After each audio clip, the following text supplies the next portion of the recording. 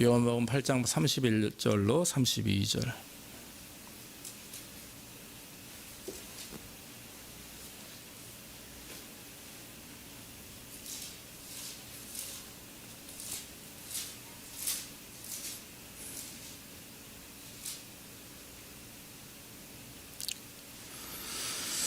그러므로 예수께서 자기를 믿은 유대인들에게 이르시되 너희가 내 말에 거하면 참 내 제자가 되고 진리를 알지니 진리가 너희를 자유케 하리라.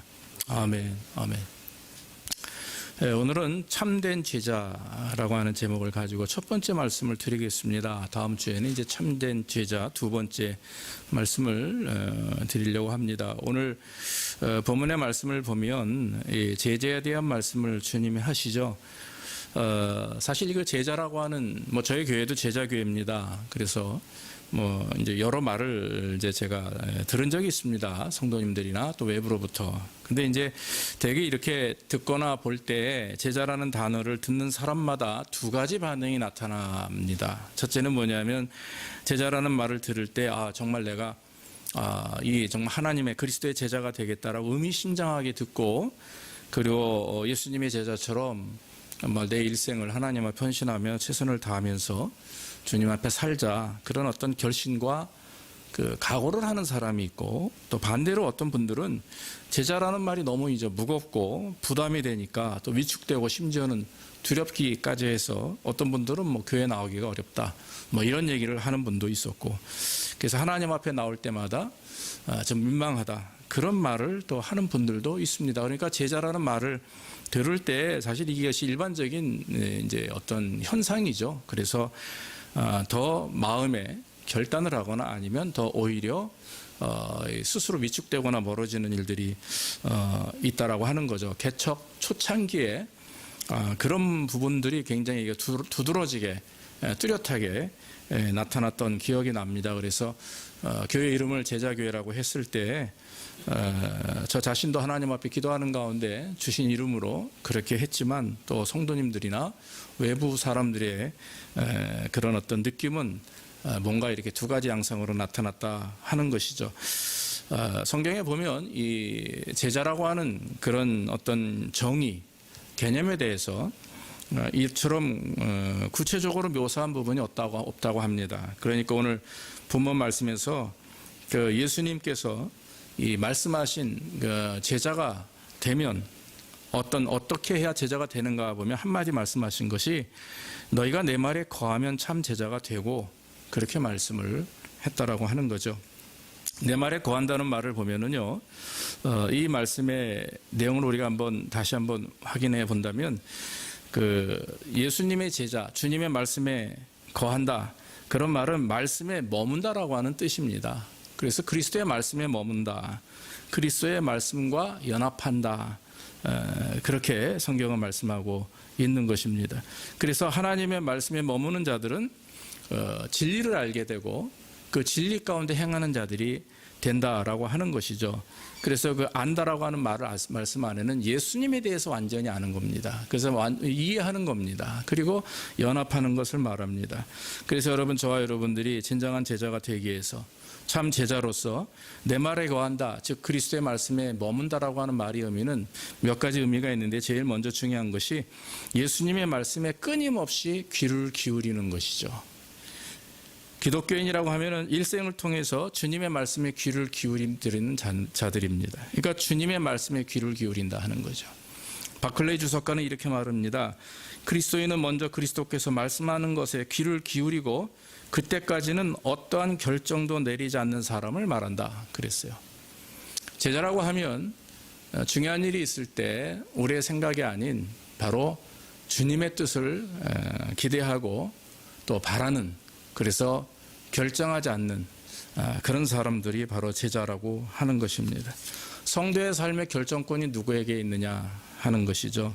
바로 주님께 있다라고 하는 것입니다. 인간에게 있는 것이 아니라 바로 주님께 있다 하는 거죠.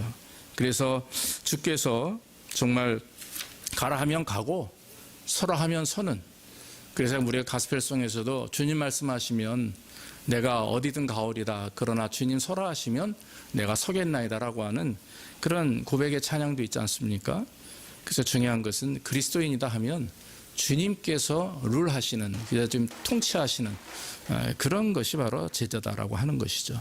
요한복음 15장 5절에 보면 나는 포도나무여 너희는 가지니 저가 내 안에 내가 저 안에 있으면 이 사람은 과실을 많이 맺나니 나를 떠나서는 너희가 아무것도 할 수 없느니라 그랬어요. 이 말씀은 생명의 근원 대신 예수님과 성도와의 그런 필수 부가결한 그런 관계, 뗄래야 뗄 수 없는 하나 될 수밖에 없는 관계를, 연합한 관계를 말하는 것이죠. 그래서 주님은 포도나무고 우리는 가지다. 포도나무 가지가 포도나무 줄기에서 떨어져 나가면 이미 우리가 아시다시피 산에 가보면 이 가지들이 땅에 많이 떨어져 있죠. 말라서 죽어서 떨어지는 가지들이 많이 있습니다. 그런 가지는 열매가 없습니다. 붙어있지 않으면 결국 죽을 수밖에 없고 붙어있지 않으면 피폐할 수밖에 없는 그것을 의미하는 것이죠. 그래서 여러분, 우리는 주님을 떠나서는 아무것도 할 수 없습니다. 그러기 위해서는 뭘 해야 되겠습니까? 바로 말씀을 늘 기울이고 말씀을 들어야 된다라고 하는 것이죠. 두 번째는 예수님에게 끊임없이 배우는 자가 제자가 되는 것입니다. 제자는 말 그대로 배우는 자입니다. 이건 일반적인 사전적 의미도 마찬가지입니다. 스승이 있고 그 다음에 스승 앞에서 배우는 자들이 제자라고 하는 거죠. 그러면 뭡니까? 저와 여러분들이 주님의 제자다, 주님의 성도다 하면 날마다 예수님을 통해서 배우는 자들입니다. 배우기 위해서는 뭘 해야 되겠어요? 그 말씀을 듣고 하라는 대로 따라 해야죠. 여러분들 운동을 가르치는 여러분들의 자녀들도 있고 공부를 가르치는 또 자녀들도 있으니 공부를 배우는 자녀들도 있지 않습니까? 가르치는 자에 따라서 그것을 잘 받아들이고 또 따라해야, 또 복습하고 예습해야, 그래야 훌륭한 제자가 되듯이 저와 여러분들이 주님에 대해서 배우고 주의 말씀을 배우고 주님의 뜻을 알고 배움으로 실천해 나가는 자들이 진정한 제자가 되는 것이죠. 배워야 이해가 됩니다. 또 이해가 될 때 순종할 수가 있는 것이죠. 그래서 의심이 변하여 믿음이 되고 은혜가 되는 줄로 믿습니다. 예수님을 배우는 방법은 여러 가지가 있습니다. 제일 먼저 우리는 주님 앞에 예배함으로 배우게 되죠. 예배는 내 모든 것을 주님께 드림으로 또 주께서 그 드리는 부분에 채우시는 은혜가 있어요. 그래서 드리지 않으면 채워질 수 없죠. 많은 사람들이 예배를 통해, 교회를 통해서 드리기보다는 얻고자 위해서 위로받고 채워지길 원해서 옵니다. 그런데 그거는 거꾸로 된 거죠. 먼저 주님 앞에 채워서 드려야 우리 마음이 비어 있습니다. 그 빈 공간에 주님이 채우시는 줄로 믿습니다. 그래서 성도 입장에서는, 교인들 입장에서는 먼저 주님 앞에 드려요. 그래서 그 드린 부분들을, 그 부분에 하나님 그 공간에 주님이 채우시는 은혜가 있다라고 하는 거죠. 그러므로 여러분, 성경 말씀에도 우리를 산 제물로 드리라 하는 것, 원래 여러분 제물은, 구약의 제물은 죽어서 드려지는 제물입니다. 그런데 우리는 예수 그리스도로 말미암아 십자가에 못 박았지 않습니까? 죄와 정력이 다 우리는 죽었어요. 자, 그러면 우리 안에 누가 계십니까? 그리스도께서 우리를 통치하고 계시죠? 그래서 이제는 죄로 죽은 우리의 영혼이 아니라 하나님 은혜로 영생을 얻은 살아있는 영혼인 줄로 믿습니다. 할렐루야. 그러므로 우리의 예배는 산 예배가 되는 거예요. 그리고 우리의 삶이 산 제사가, 또 산 제물이 되는 것인 줄로 믿습니다. 그러므로 주님의 말씀을 배우고 또 주님의 말씀을 이해하고 또 이해한 말씀을 가지고 삶 속에서 적용하고 실천하는 어떤 이런 은혜들이 있을 때 저와 여러분들이 하나님 앞에 영광을 돌릴 수가 있다라고 하는 것입니다. 우리가 책을 읽다 보면, 저도 이제 똑같은 책을 2번 이상 읽어본 적도 있습니다. 학교에서 강의하기 위해서는 여러 번 읽기도 하지만 한두 번 읽으면 내용을 뻔히 알기 때문에 그 부분에 대해서 더 이상 읽혀지지 않죠. 그냥 어떤 감동은 받죠. 그러나 여러분, 성경은요 참 희한합니다. 읽을 때마다 새로워요. 읽을 때마다 뻔히 아는 내용이지만 읽을 때마다 내 상황에 따라서 그 말씀 속에서 나에게 요구하시고 지적하시는 부분들이 날마다 달라집니다. 그래서 살아있는 말씀이에요. 그게 하나님의 말씀입니다. 그렇기 때문에 저와 여러분들이 성경 공부를 하든 또 여러분들이 가정에서 개인적으로 성경을 묵상하든 일단 중요한 것은 하나님의 말씀을 믿음으로 이렇게 나올 때 그래야 역사가 일어난다 하는 것입니다. 요한복음 15장 10절에 보면 내가 아버지의 계명을 지켜 그의 사랑 안에 거하는 것 같이 너희도 내 계명을 지키면 내 사랑 안에 거하리라 이렇게 말씀을 했습니다. 그러므로 저와 여러분들이 하나님의 말씀을 지키는 것, 하나님의 말씀을 지키는 것, 그의 사랑 안에 거하는 것, 이것은 하나님께 영광을 돌리는 그런 은혜가 되는 줄로 믿습니다. 그래서 여러분 말씀을 들었을 때 정말 그 말씀 우리가 지키고 그 말씀을 지키는 것이 우리 사랑 안에서 하나가 될 수 있다. 사랑 안에 거한다. 그런 은혜가 되는 것입니다. 또 한 가지 세 번째는 예수의 말씀 안에서 끊임없이 순종하는 것을 말합니다. 우리는 말씀을 배우죠. 설교를 통해서 말씀을 배웁니다. 여러분들 저도 모든 목사님들이 그렇지만 갑자기 그냥 성경책 펴고 말씀을 준비한 게 아닙니다. 길게는 심지어 일주일 내내 주일 말씀만 가지고 씨름을 하죠. 그런 경우도 있고 또 예전에 미국 목사님 제가 우리가 RCA가 미국 교단이니까 이제 스티브 스몰건 목사님이라고 우리 교회도 자주 오시던 목사님이 참 미라클이래요. 코리안 패스터들은 다 미라클을 하고 있다 그래요. 그래서 무슨 소리입니까? 그랬더니 미국 목사님들은 많이 설교해야 일주일에 2번이죠. 수요예배가 있는 교회는 수요예배 설교하고 그다음에 주일날 설교하고 그래서 또 주일날도 1, 2, 3부 있어도 동일한 설교를 계속하는 그러니까 한 주에 많이 하면 2번 정도. 근데 한국교회 목사님들은요, 아시죠? 새벽 예배 6, 7번, 금요 예배, 수요 예배, 주일 예배, 또 어떤 교회는 주일 예배도 1, 2, 3부 다 내용이 다르거나 이러면 그냥 기본적으로 평균 10번이죠. 그럼 어떻게 그게 설교 준비가 되겠냐? 그런 얘기를 해요. 그때 저는 그 말씀에 충격을 좀 받았습니다. 맞아. 정말 우리는 설교하는 기계인가? 정말 하나님 앞에서 진실하게 정말 내 자신이 내려놓고 하나님과 1대1로 교제하는 가운데 한 말씀 한 말씀 주옥같이 주의 말씀을 증거하는 일이 중요한 일인데 한국교회는 정말 이런 설교의 목회자가 결국 치게 되고 그러다 보니까 설교에 따르는 그런 어떤 질적인 부분이나 이런 부분들이 떨어지게 되고 그래서 설교를 많이 하는 것을 자랑스럽게 여기는 것은 좋은 일은 아닌 것입니다. 저는 그런 생각을 합니다. 목회자로서. 그래서 우리가 한 주에 한 번 말씀을 준비하든 듣든 중요한 것은 하나님의 말씀은 10번을 듣던 한 번을 듣던 그 들을 때 그 한 번에 하나님의 역사가 일어나는 것이고 기적이 일어날 수 있기 때문에 우리는 그 말씀을 붙들고 말씀대로 살려고 노력하는 성도들이 될 때 그 말씀을 지키려고 할 때 우리는 주께 영광 돌리는 삶을 얻을 수가 있다라고 하는 것입니다. 마지막으로 이제 예수님 앞에 끊임없이 이제 순종하는 것이죠. 그래서 설교도 그렇고 성경 공부도 그렇고 저와 여러분들이 말씀을 읽을 때마다 우리에게 무엇을 하나님이 원하고 바라시고 계시는지를 우리는 알게 됩니다. 그래서 순종이라는 것이 참 말씀을 읽을 때마다 나에게 무엇을 요구하시는가 그걸 좀 알아야 돼요. 그래서 그 하나님의 말씀이 지금 내게 뭘 요구하 회개를 원하시는지 되돌림을 원하시는지 순종을 원하시는지 아니면 변화를 원하시는지 우리는 매 순간마다 알게 되는 것이죠. 그래서 주님의 말씀을 들을 때마다 그 말씀은 우리로 하여금 또한 진정한 제자 참 제자가 될 수 있도록 역사하시는 은혜가 있다 하는 것이죠. 제가 참 귀하게 읽었던 책 하나가 있었는데 나로 팬이라고 하는 즉 팬인가 제자인가라고 하는 책이 있습니다. 아마 여러분 읽어보신 분들도 있겠습니다. 카일 아이들먼이라고 하는 그 사람이 쓴 책이죠. 이 책에서 저자는 내가 그저 입으로만 추종하는 예수님의 팬인지 아니면 삶을 애쓰게 드리는 제자인지 스스로 돌아봐야 된다 하는 것이죠. 이 책을 읽어보면요 결론적으로 제 생각은 이렇게 살 수 있는 사람이 얼마나 있을까 그런 생각이 듭니다. 정말 이렇게 제자로서의 삶을 살아가는 사람들이 이 세상에 몇 프로나 될까? 저 자신도 이러지 못하겠는구나 이런 생각을 하게 되죠. 경기장에 가보면은 두 가지 사람이 있지 않습니까?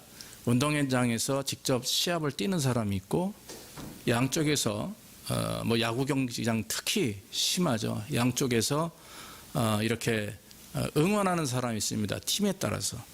그러면 이 팀에 따라서 뭐 온갖 울긋불긋한 그런 복장과 목소리와 북을 치며 뭐 예전에 우리 월드컵 할 때 보니까 정말 뭐 대단하더라고요. 그런 사람들이 있죠.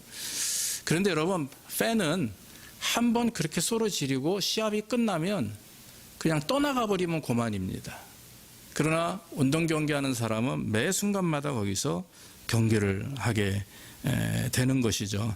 그러므로 여러분, 우리 자신이 과연 팬으로 나는 지금 있는 신앙생활을 하고 있는가, 아니면 제자로서의 삶을 살고 있는가, 우리 스스로 한번 돌아봐야 될 줄로 믿습니다. 이 제자가 된다는 것은 신앙적인 행위나 문제보다도 매일의 삶 속에서 내가 예수를 향한 사랑과 예수님의 말씀에 집중하고 있는지, 또 순종하고 있는지, 그러므로 인해서 내 기쁨과 내 안에 기쁨과 평안이 있는지 하는 거죠. 신앙적인 행위라고 하는 것은 예배, 헌금, 뭐 이런 헌신 이런 걸 말합니다. 그런데 아무리 우리가 여러분 교회에서 예배도 잘 드리고 뭐 11조도 정말 막 12조도 내고 그리고 헌신도 뭐 하루 종일 교회에서 살면서 하고 해도 삶이 집으로 돌아가서 그 모습이 그냥 육신적이고 인간적인 모습 그대로 살아간다면 그거는 아니지 않습니까? 그러나 부족해도 매 순간마다 주일이든 평일이든 부족해도 하나님 앞에 부족함을 알고 최선을 다하고 노력을 다하면서 하나님 말씀대로 살려고 노력하는 사람들이 오히려 진정한 제자라고 할 수 있는 거죠. 그래서 제자는 사실 겉으로 드러난 모습으로 평가하기 어렵습니다. 아무리 내가 뭐 목사고 장로고 집사가 되어도 아무리 교회 선신을 잘한다고 해도 과연 그 사람이 진정한 제자인가? 우리는 그 부분에 많이 속는 경우가 있어요. 그러나 여러분, 우리 자신도 한번 돌아보면서 내 자신이 하나님 앞에 매일의 삶 속에서 내가 얼마나 순종하며 예수 그리스도에 대한 사랑이 얼마나 충만하며 얼마나 하나님의 역사하심 속에 내 모든 것을 다 올인하고 정말 주님의 말씀에 주님께서 원하시는 대로 순종해 나가는지 봐야 될 줄로 믿습니다. 사실 우리가 예수님의 제자라고 하면 실제적으로 성경에 나오는 12제자를 보면 온전히 헌신한 사람이에요. 사도 바울은 결혼도 포기하고 헌신한 사람. 베드로와 야고보와 요한은 그물을 깁다가 그저 모든 걸 다 내려놓고 주님을 따랐던, 그것은 자기의 생활부터 자기의 인간관계부터 모든 것을 다 버리고 주님을 쫓았던 사람들이죠. 그들의 여러분 말로는 어떻습니까? 복을 받아서 부유했습니까? 철만해요. 평생에 환난과 핍박을 받으며 사람들의 조롱을 받고 침뱉음을 받으며 정말 그렇게 주님 먼저 그런 모습으로 십자가에 달려 돌아가셨고 부활하셨다 승천하셨죠. 진짜 고통과 박해는 예수님이 십자가에 돌아가신 AD 30년 이후부터 AD 100년까지 초대교회 시대 70년 동안의 그 사건은 우리가 이해할 수 없을 정도의 참담하고 비극적인 기독교의 그런 탄핵, 핍박이 있었던 시대입니다. 그때 제자들과 그 당시의 초대교회 성도들은 여러분 우리가 상상할 수 없는, 말로 참 할 수 없는 그런 고통과 어려움을 당했음에도 불구하고 결국 그들은 기쁨으로 그걸 다 받아들이고 인정하고 그걸 다 감당해냈다라고 하는 거죠. 뭘 가지고? 무슨 어떤 믿음으로? 바로 말씀을 믿고 그 말씀, 지금같이 기록된 성경이 아닌 구전으로 들었던, 사도들을 통해서 구전으로 들었던 그 주님 말씀만 붙들고, 눈으로 볼 수 없는 말씀인데 그 마음속에 새겨진 그 말씀을 붙들고 그들은 그런 핍박과 그런 환난을 감내했다라고 하는 것입니다. 사랑하는 여러분, 참된 제자는 정말 우리가 말로만 주님을 따르는 자가 아니라 저와 여러분들의 삶을 통해서 주님을 따르는 자가 되기를 원하고, 참된 제자는요 변해된 사람이 제자가 아닙니다. 변화된 사람이 아니라 변화를 추구하고 변화되기 위해서 몸부림치는 사람들이 제자가 되는 줄로 믿습니다. 참된 제자는요 마지막 주님 앞에 가서 인정을 받는 거예요. 그래서 여러분 지금 혹시 신앙생활하면서 힘들고 어렵고 무겁고 부담되고 많은 일들이 있을 줄로 압니다. 그러나 여러분, 우리는 지금 진정한 성도가 되기 위해서, 제자가 되기 위해서 노력하는 자들이고, 또 날마다 변화를 위해서 스스로 정말 십자가를 지고 가는 자들이기 때문에 주님 오시는 그날, 아니 우리가 이 세상을 떠나는 그날에 우리는 주님 앞에 그나마 부끄럽지 않게 서기 위해서는 하루하루 우리 자신을 돌아보며 우리의 부족함을 하나님 앞에 고백하고 그렇게 나가는 성도들이 될 때에 우리는 주님께 영광 돌리는 삶이 되고, 또 주님이 원하시는, 기뻐하시는 제자로서의 삶을 살아가는 것입니다. 모쪼록 늘 주님과 가까이 하시고 주의 말씀을 듣고 귀 기울이고 배우고 순종하면서, 비록 이 땅에서 살면서 고통과 어려움이 있고 그렇지만 제자로서의 길을 묵묵히 또 끊임없이 걸어감으로 주님 부르실 때 우리가 다 잘했다 칭찬받는 그리스도의 성도들, 제자들 되기를 주의 이름으로 축원합니다. 기도하겠습니다. 아버지 하나님, 감사합니다. 오늘도 부족하고 연약한 저희들 주님 앞에 나오게 하시고 주께 영광 돌리게 하시니 감사하고, 정말 하나님, 우리가 교인이 아니라 제자의 삶, 성도의 삶을 살 수 있도록 인도해 주옵소서. 그저 외식적이고 형식적인 것에 우리의 마음을 쏟는 자를 되게 하지 않게 하시고, 참으로 눈에 보이지 않으나 우리와 늘 함께 하시는 성령의 인도하심 따라, 또 믿음 따라 실천하며 날마다 우리의 부족함과 나약함을 주님 앞에 고백하고, 사도 바울이 주님을 그렇게 따름에도 불구하고 자기는 죄인 중에 괴수라 말하며 자기 육신적인 부분을 가지고 오라 나는 곤고한 사람이로다, 이 사망의 몸에서 누가 나를 건져내랴, 그 육신과 영혼이 피폐할 때마다 하나님 앞에 그런 고백을 했던 것을 기억합니다. 우리도 하나님 이 땅에 살아가며 정말 세상에 취해서, 물질에 취해서 사는 것이 아니라 하나님 성령에 취해서 살아가는 성령 충만한 자가 되게 하여 주시고, 그저 형식이 아닌 실제적인 삶 속에서 그리스도의 제자로서의 삶을 살 수 있도록 복을 더하여 주시옵소서. 모든 말씀 예수님의 이름으로 감사하며 기도하옵나이다. 아멘.